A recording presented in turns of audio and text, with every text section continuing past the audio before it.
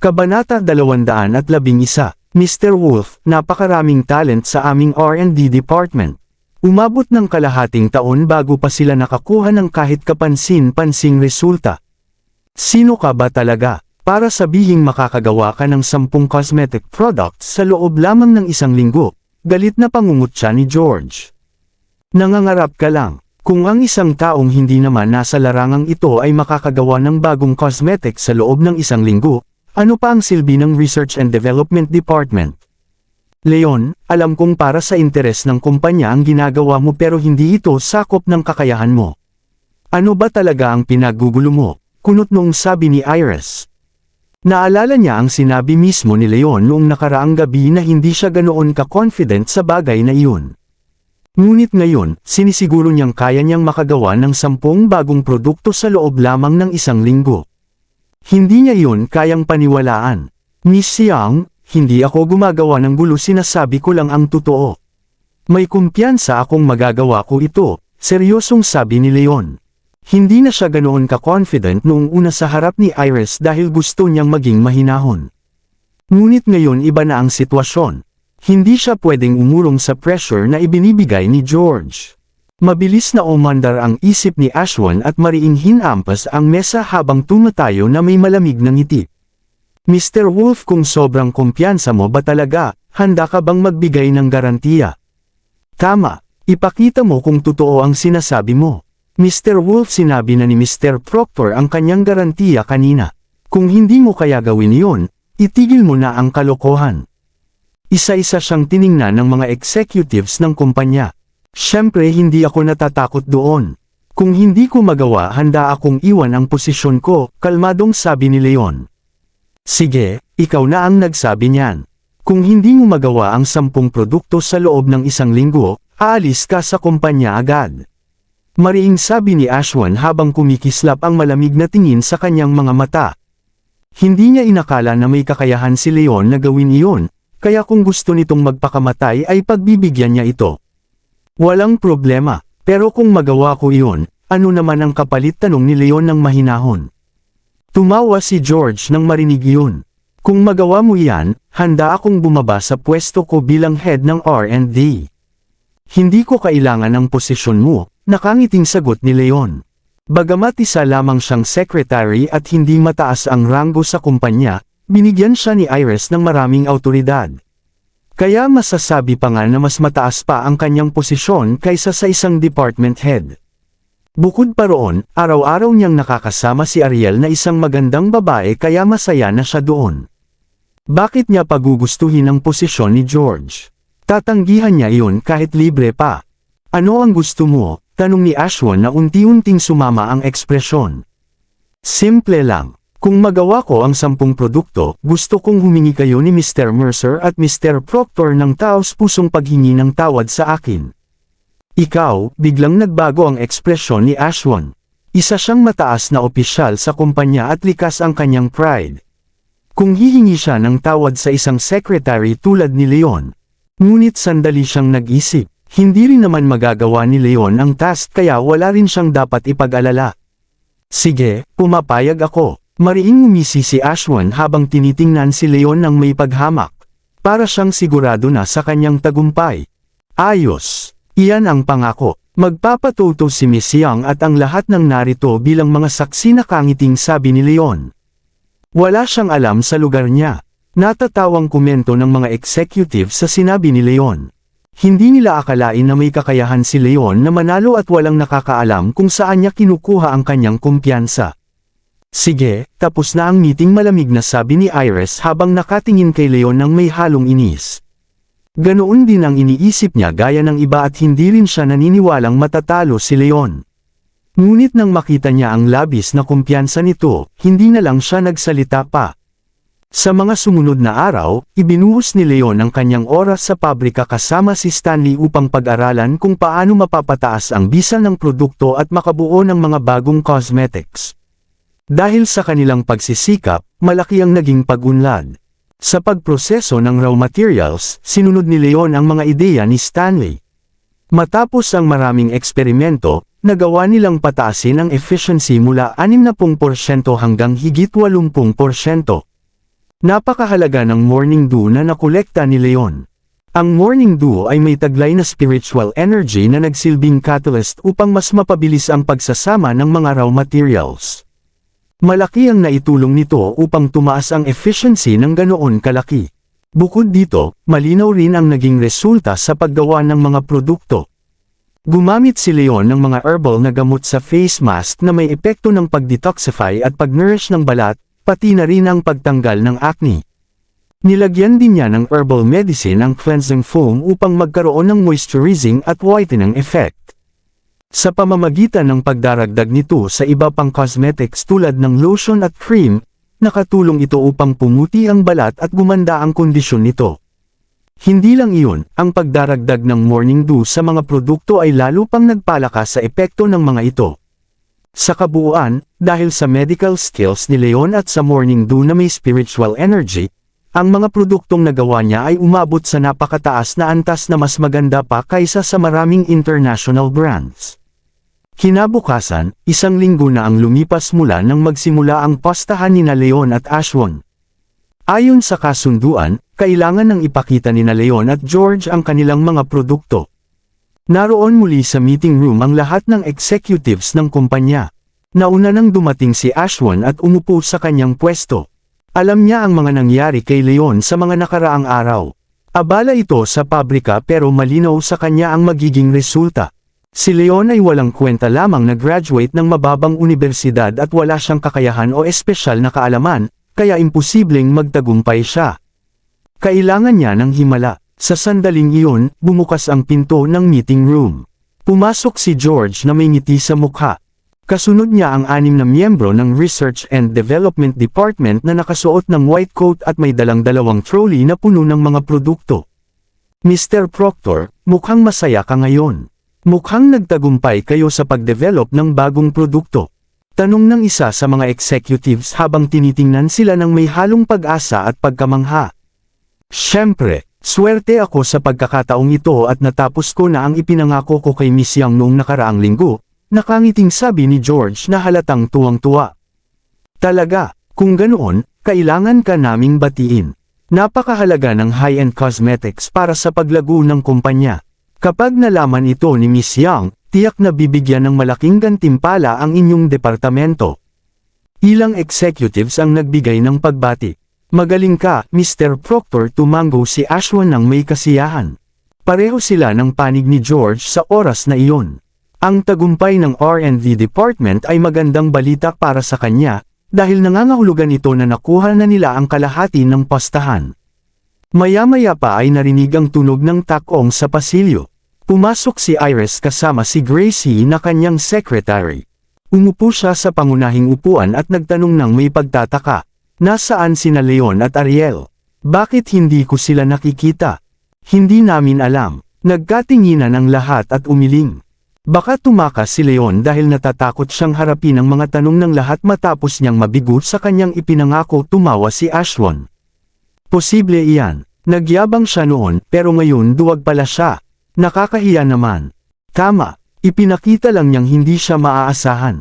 Nagyayabang pero walang kakayahan. Sayang lang ang oras natin. Lalong naging maingay ang meeting room at puno ng pangungutya at paghamak ang lahat kay Leon. Sino ang nagsabing tumakas ako? Malamig na boses ang narinig at pumasok si Leon kasama si Ariel na may dalang itim na bag. Kinuha ko lang ito sa pabrika kaya ako na late. Huwag kayong magsalita ng ganyan sa likod ko, inis na sabi ni Leon bago umupo kasama si Ariel. Buti hindi ka tumakas. Akala ko talaga duwag ka at tatakbo ka sa responsibilidad, natatawang sabi ni Ashwin. Ako rin ay nag-aalala na baka ikaw ang tumakbo pabalik, sagot agad ni Leon. Sige, magsimula na ang meeting, utos ni Iris. Tumayo si George at nagulat. Miss Yang, tungkol sa ipinangako ko noong nakaraan natapos na ito ng aking departamento. Inilabas ni George ang 3 bote ng produkto at inilagay sa mesa habang ipinapakilala ito. Ang una ay anti-wrinkle cream, nilagyan namin ng pennywort na may epekto sa pag-alis ng peklat at kulubot. Ang pangalawa ay skincare lotion, nilagyan ng milk veg na nagpapaputi ng balat at nagpapakinis nito. Ang pangatlo ay facial cleanser, nilagyan ng Angular Solomon Seal na nakakatanggal ng dark spots at nakakapag-moisturize ng balat. Habang nagpapaliwanag si George, ipinakita niya ang mga produkto sa lahat. Maganda, napakaganda. Pero kaya ba nitong maabot ang standards ng high-end products? Tanong ni Iris habang nakangiti. Napakahigpit ng mga regulasyon sa cosmetics. Kailangan lang na pumasa ang mga produktong iyon sa standards para makapasok ang elegante sa high-end market. Huwag kayong mag-alala, Miss Young, ang tatlong produktong ito ay siguradong high-end products. At hindi lang iyon, ipapakita ko sa inyo ngayon rin, dagdag ni George habang nakangiti ng may kumpiyansa. Pumalakpak si George at sinenyasan ng mga espesyalista mula sa R&D department na ilapit ang mga trolley. Pagkatapos nito, ibinigay nila ang mga produkto para masuri. Isa-isa nilang ipinaliwanag ang mga datos at requirements na kailangang matugunan para maituring na high-end products bago ipasok ang mga cosmetics sa mga makina. Habang gumagana ang mga makina, ikinonekta ni George ang kanyang laptop sa screen at ipinakita ang resulta sa malaking screen ng meeting room. Sa tabi nito, ipinakita rin niya ang data para sa high-end products upang may kumpara ng lahat. Miss Young, tingnan ninyo. Ang tatlong produktong ito ay pasok sa standards ng high-end products, ayon sa regulations ng bansa. May tatlong data points pa nga ang lumalagpas sa requirements, proud na sabi ni George. 12 pangunahing factors ang sinuri at 3 sa mga ito ay higit pa sa kinakailangan. Ibig sabihin ay napakaganda ng epekto ng mga produkto. Maaaring gamitin ng kumpanya ang tatlong iyon upang makapasok sa merkado. Magaling, Mr. Proctor, mahusay ang ginawa mo sa pagkakataong ito. Hindi namin pinagsisihan ang tiwala namin sa inyong departamento, tuwang-tuwa na sabi ni Iris. Bagamat palaging malamig ang kanyang imahe sa negosyo, hindi niya napigil ang magpakita ng emosyon sa sandaling iyon. Dahil ito ay tungkol sa kinabukasan ng kumpanya. Kapag nakapasok sila sa high-end market, tiyak na lalo pang uunlad ang lahat. Magaling ka, Mr. Proctor. Kapag nakapasok na tayo sa high-end market, ang inyong departamento ang magiging pinakamalaking contributor. Tama, ito ang matagal ng layunin ng kumpanya. Sa wakas, matapos ang maraming taon nakatawid na tayo. Masayang-masaya ang mga executives habang pinupuri si George. Wala iyon, hindi masyadong big deal, kalmadong sabi ni George habang nakangiti ng malawak. Matagal nang tahimik ang R&D department kaya ngayon na nagtagumpay sila, para bang nailabas niya rin ang matagal ng bigat sa dibdib niya. Sa sandaling iyon si George ang naging star ng meeting at mukhang pinakamatagumpay siya. Mr. Wolf, nakita mo ba iyon? Natupad ko na ang pangako ko noong nakaraang meeting. Naalala kong sinabi mong makakagawa ka ng 10 produkto. Bakit hindi mo nalang ipakita ang sa iyo? Nakangising pang-aasar ni George habang nakatingin kay Leon na parang tinitingnan ng isang clown. Gusto niyang makita kung paano makakagawa si Leon ng 10 produkto sa loob lamang ng 1 linggo. Nang marinig iyon, lahat ay napatingin kay Leon na puno ng paghamak at panunuya. Oo nga, nangako ako pero hindi ko naman sinabing 10 lang, nakangiting sagot ni Leon habang tumatayo. Hindi 10. Ano, sinusubukan mo bang magdahilan, tawa ni George? Mr. Proctor, bingi ka na ba sa edad mo? Hindi ko sinabi na 10 lang ang nagawa ko, bakit parang ganyan ang narinig mo? Natatawang sabi ni Leon habang naiiling. Masasabi kong nakagawa ako ng 16 na cosmetics sa pagkakataong ito. Maraming salamat sa lahat ng sumusubaybay. Please subscribe and follow my YouTube and Facebook channel, Filipino Novel. Maraming salamat po. Kabanata 215. Inilatag ni Leon ang lahat ng produkto mula sa itim na bag sa mesa ng meeting. Eksaktong 16 na bote ang naroon. 16. Totoo ba siya? Nagkatinginan ang lahat habang bakas ang pagdududa sa kanilang mga mukha. Walang gustong maniwala sa sinabi ni Leon. Tingnan na lang natin sa testing kung totoo, kalmadong sabi ni Leon habang ibinibigay ang lahat ng produkto sa mga espesyalista. Lalong nagduda ang mga tao mula sa R&D department habang inilalagay nila ang mga produkto sa makina para sa pagsusuri. Makalipas ang ilang sandali, lumabas na ang resulta. Kinusat ng mga empleyado ang kanilang mga mata sa hindi makapaniwala sa nakikita nila sa screen. Reed, kumusta ang resulta? High-end ba ang quality? Hindi napigil ang tanong ni George. Ang ibang executives ay nakatingin din ng may kaba kahit hindi sila naniniwala kay Leon. Nagsisimula na silang mag-alinlangan dahil sa kakaibang reaksyon ng mga nagtetest. Mr. Proctor, mukhang may problema sa data, maingat na sabi ng lalaki habang lumulunok. Problema sa data? Ano? Walang pumasa kahit isa. Gaya ng inaasahan biglang natawa si George na parang gumaan ang loob. Akala ko pa naman nakagawa siya ng produkto, nakakatakot pala na wala palang pumasa. Mr. Wolf, naghalo ka lang siguro ng kung ano-ano tapos tinawag mong produkto. Hahaha, kalokohan lang iyan. Nagsimulang tumawa ang lahat, at ang ilan ay halos mapaluha sa sobrang tawa. Leon, may problema ba sa mga produkto mo? Nag-aalalang tanong ni Ariel. Magkasama sila nitong mga nakaraang araw, kaya alam niyang may ginawa talaga si Leon, pero hindi niya sigurado kung pumasa ito sa standards. Wala dapat problema, kalmadong sagot ni Leon bagamat biglang bumilis ang tibok ng kanyang puso. Nakafocus siya sa paggawa ng produkto nitong mga nakaraang araw kaya hindi niya gaanong na-check ang detalye ng data. Nang makita niyang hindi umabot sa benchmark ang resulta, unti-unting nanghina ang kanyang kumpiyansa. Mr. Proctor, hindi po ganoon ang ibig kong sabihin, nagmamadaling paliwanag ni Reed nang mapansin ang sitwasyon. Ayos lang, itigil na yan, ilabas na lahat ng data epekita sa lahat kung ano talaga ang resulta, utos ni George. Pero, nahihirapan si Reed. Miss Young, tingnan ninyo ito, ang mga walang kwentang produkto ni Mr. Wolf, sabi ni George. Tingnan ninyo ang test results, kumpara sa benchmark ng high-end products ang mga ito. Natigilan siya bigla. Teka, napansin niya ang mga numero at nanlaki ang kanyang mga mata sa gulat. Ang mga resulta ay hindi lang pumasa, kundi 3 hanggang 4 na beses na mas mataas kaysa required benchmark. Hindi ito sapat, sobrang lagpas pa ito. Paanong nangyari ito? Natulala si George. Hindi makapaniwala si Iris. Maging sina Ashwin at ang lahat ng executives ng kumpanya ay napako sa gulat. Hindi nila kailanman naisip na hindi lang matutupad ni Leon ang pangako niya, kundi makakagawa pa ito ng mga cosmetics na sobrang ganda ng kalidad. Ang epekto ng mga produktong iyon ay mas mahusay pa kaysa sa ilang international brands. Magaling, napakagaling. Pagkalipas ng ilang sandali, tumayo si Iris at mariing hinampas ang mesa kaya napatayo rin ang lahat ng executives. Lahat sila ay nakatayo. Leon, sobrang galing mo. Isa itong ganap na himala emosyonal na sabi ni Iris habang biglang niyakap si Leon sa harap ng lahat. Ang ngiti niya ay parang napakaraming bulaklak na namukadkad na napakaganda tingnan. Kahit hindi niya alam kung paano ito nagawa ni Leon, isang bagay lang ang malinaw sa kanya. Kapag may ganitong klase ng produkto ang kumpanya, hindi lang high-end market ang maaabot nila, kundi maaari pa silang maging isang top international brand. Kaya ganoon na lamang ang kanyang emosyon. Iris, ikaw. Natigilan din si Leon. Ito ang unang pagkakataon na kusa siyang niyakap ni Iris sa harap ng maraming tao sa kumpanya.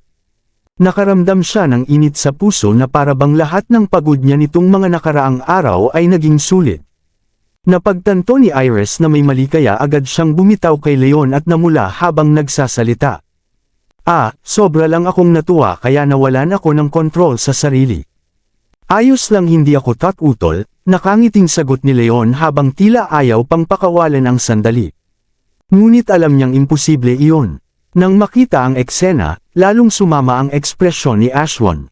Imposible, hindi ito totoo. Isa lang siyang walang kwentang graduate mula sa mababang universidad at hindi naman siya eksperto sa larangang ito. Paano niya nagawang makagawa ng ganitong klaseng resulta?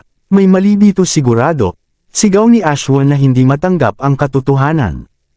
Tama, may mali sa data, napakaiba nito. Baka may problema ang mga makina, sabi ni George na parabang biglang nagising mula sa pagkabigla. Dahil sa sinabi ni Michael at Ashwin, unti-unting kumalma ang mga executives at nagsimula ring magduda kung nagkamali ang testing. George, wala kang hiya, malamig na sabi ni Ariel. Napakalinis ng makina kanina, bakit bigla na lang magkakaproblema ng walang dahilan? Isa lang yang palusot. Natigilan si George at hindi nakasagot. Hindi rin naman imposible iyon. Baka nagka-problema lang talaga ang makina. Kailangan nating i-recalibrate at ulitin ang test para makasigurado, sabi ni Ashwan na matigas ang paninindigan. Tama, medyo hindi kapanipaniwala ang data. Dapat ulitin ang test, sumang-ayon ang ilang executives. Ashwan, sobra na ang ginagawa mo, galit na sabi ni Iris. Ang katotohanan ay nasa harap mo na, bakit pilit mo pang binabaliktad? Ako, hindi nakasagot si Ashwan ngunit halatang ayaw pa rin niyang tanggapin. Miss Yang, ayos lang naman, sabi ni Leon na kalmado. Hindi sila naniniwala kaya ulitin na lang natin ang test. Kung ganoon sige, tumanggo si Iris matapos mag-atubili. Hindi naman ito malaking bagay at hindi rin gaanong makakain ng oras ang muling pag-test. Pagkatapos noon, muling kinakalibrate ng mga espesyalista ng R&D department ang mga makina.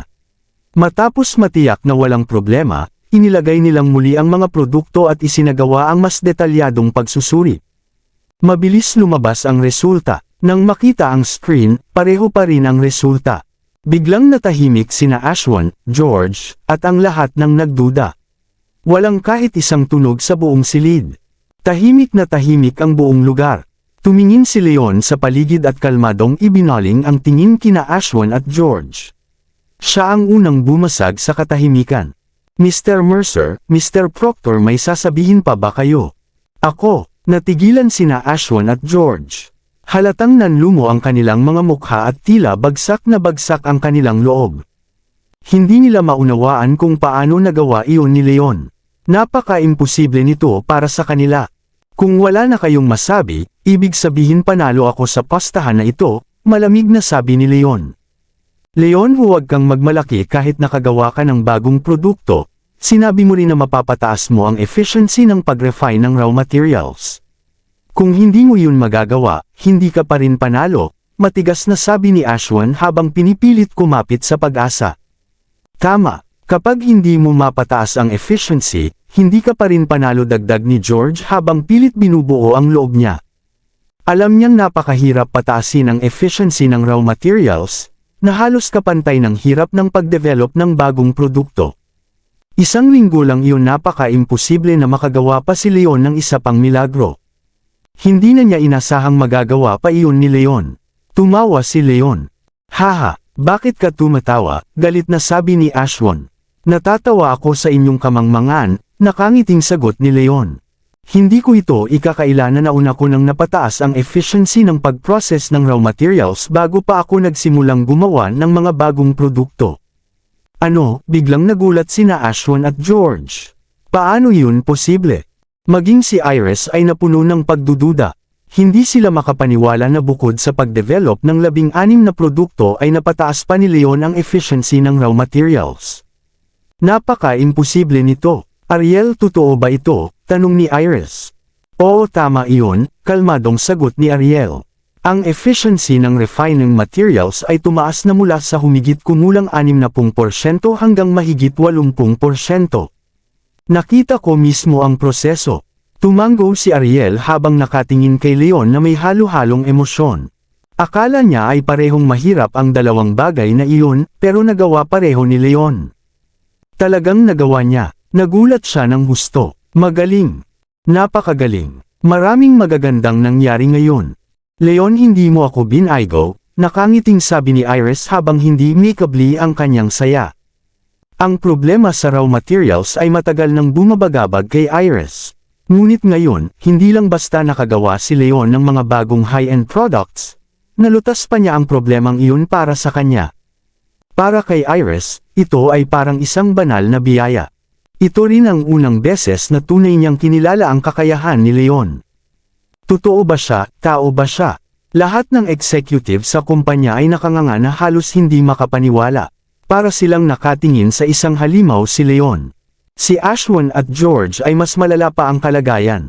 Tulala silang dalawa sa sobrang gulat.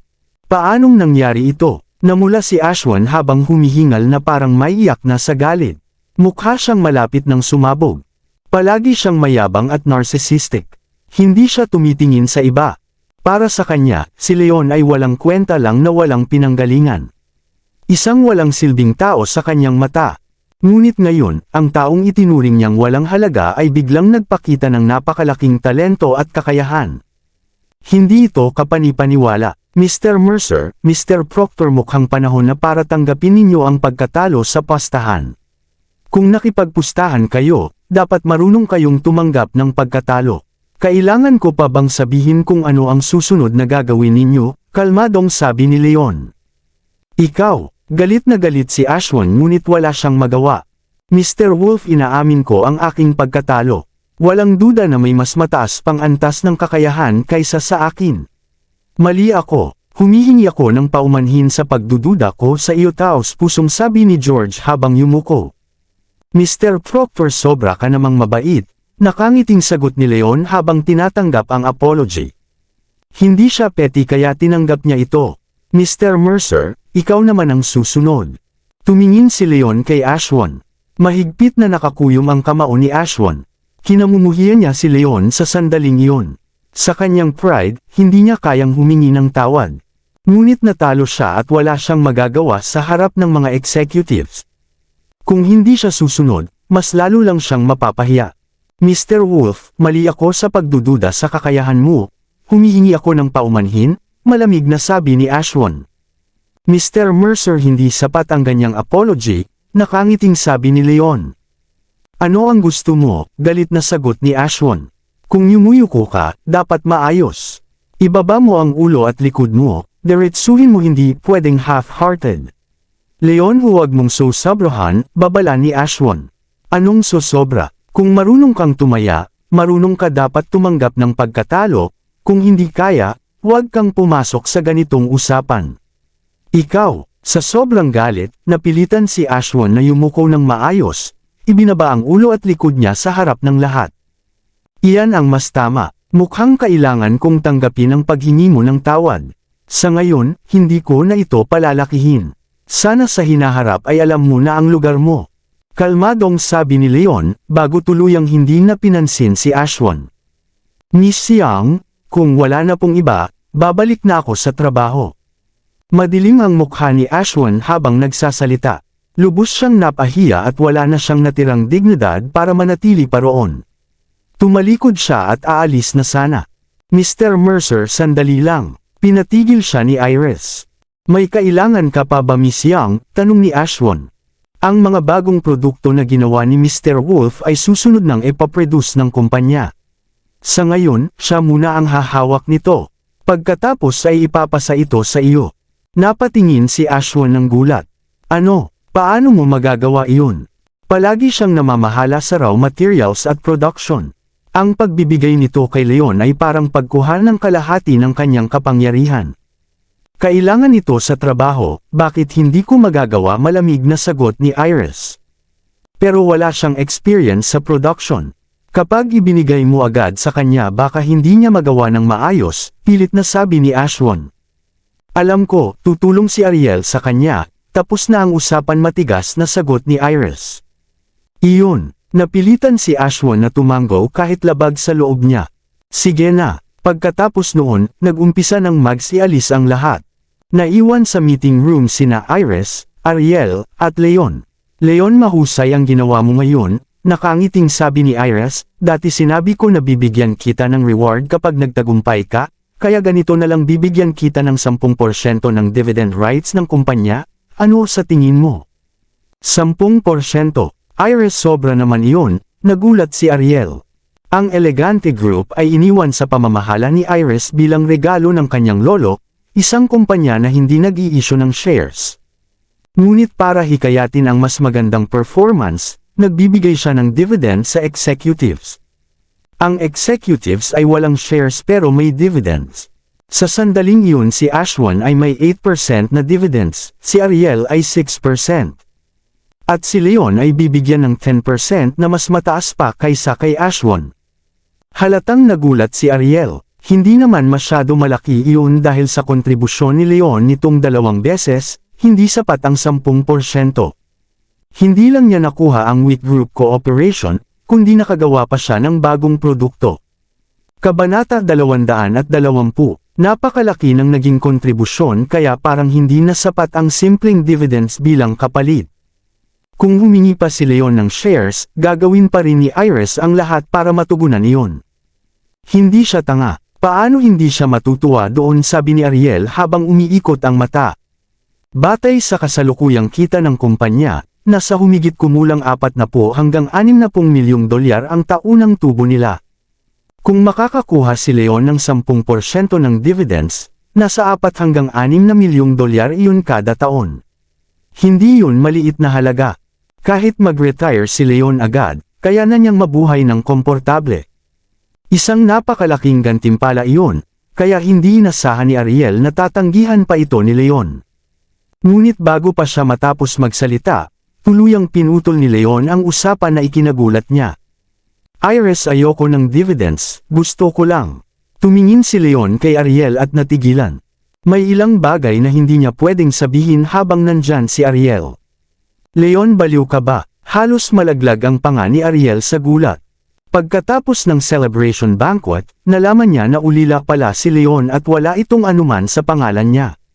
Sa sitwasyon ni Leon, hindi ka panipaniwala na tatanggihan niya ang milyong dolyar kada taon. Naisip tuloy ni Ariel na baka may problema ang ulo ni Leon. Ano ba ang iniisip mo? Namula si Iris. Hindi alam ni Ariel ang iniisip ni Leon pero alam ni Iris kung ano talaga ang gusto niya.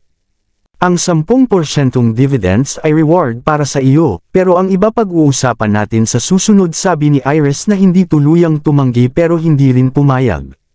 Sige, napilitan si Leon na pumayag pero sa isip niya, iniisip niya kung kailan siya ulit makakalabas kasama si Iris dahil mas gusto niya iyon kaysa dividends. Sa opisina ng Vice President bumalik si Ashwin na madilim ang mukha, kasunod si Michael. Si Leon ay nakakainis ng sobra, at hindi ko inakalang ganito siya kahirap kalaban, galit na sabi ni Ashwin. Mr. Mercer, kalma lang, hindi naman permanente ang talo ngayon, sagot ni Michael. Paano ako kakalma? Nauna niya akong napahiya at kinuha pa niya ang kapangyarihan ko. Sandali lang naman iyon, ibinigay lang siya pansamantala. Pag nagawa niya ang mass production, ibabalik din iyon ni Miss Young. Imposible, hindi ba nibitawan ng aso ang pagkain kapag nakuha na niya iyon? Paano ko pa mababawi iyon? Natigilan si Michael dahil may punto si Ashwin. Hindi pwede maupo lang tayo, kailangan gumawa tayo ng paraan para paalisan si Leon sa kumpanya.